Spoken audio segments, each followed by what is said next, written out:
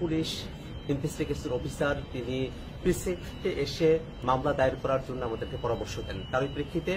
আমি এয়ারপোর্টের খুব কাছের যে থানা পুলিশের রয়েছে সেখানে এসেছি এবং যারা সেই দিন আমাদের উপর হামলা করেছিল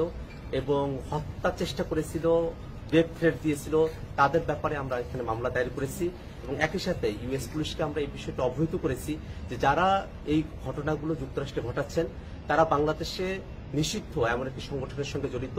যারা গত বছর বাংলাদেশে গণহত্যা চালিয়েছেন, মানবতা বিরোধী অপরাধ চালিয়েছেন এবং ইউএনের যে রিপোর্ট সে ব্যাপারে আমরা তাদেরকে অবহিত করেছি। আমরা মনে করি যে আওয়ামী সন্ত্রাসীরা তারা দেশে হোক দেশের বাইরে যেখানেই হোক আমরা তাদের ব্যাপারে আইনগতভাবে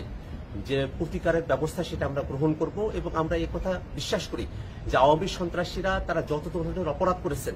সেই অপরাধগুলোকে আইনগতভাবেই নিষ্পত্তি করা সম্ভব এবং আওয়ামী লীগ তার সন্ত্রাস নিয়ে বাংলাদেশে আর ফিরে আসা